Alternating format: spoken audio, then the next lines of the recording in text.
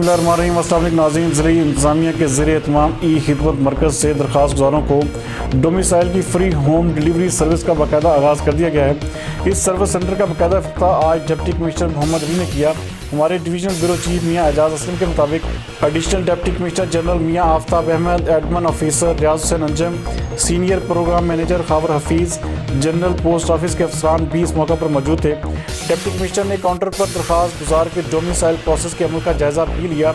इस मौका पर डिप्टी कमिश्नर का कहना था कि डोमिसाइल की होम डिलीवरी गुड गवर्नेंस और आवाम की सहूलियात की फराहमी की जानब एक अहम कदम है। दरख्वास्त गुजारों को उनका डोमिसाइल 2 से 3 अय्याम में डिलीवर होगा। शहरियों को सहूलियात की फराहमी ज़िले इंतज़ामिया की अवलीन तरजीह है। उनका मज़ीद कहना था कि डोमिसाइल की होम डिलीवरी से दरख्वास्त गुजार शहरियों के वक्त की भी बचत होगी। जबकि senior programme manager Khawar Hafeez का कहना था कि शहरियों को डोमिसाइल समेत दीगर सर्विसेज की तेज़ रफ्तार फराहमी के लिए ये खिदमत मरकज़ सरगर्म अमल हो चुका है। मज़ीद इस हवाले से देखते हैं ये रिपोर्ट।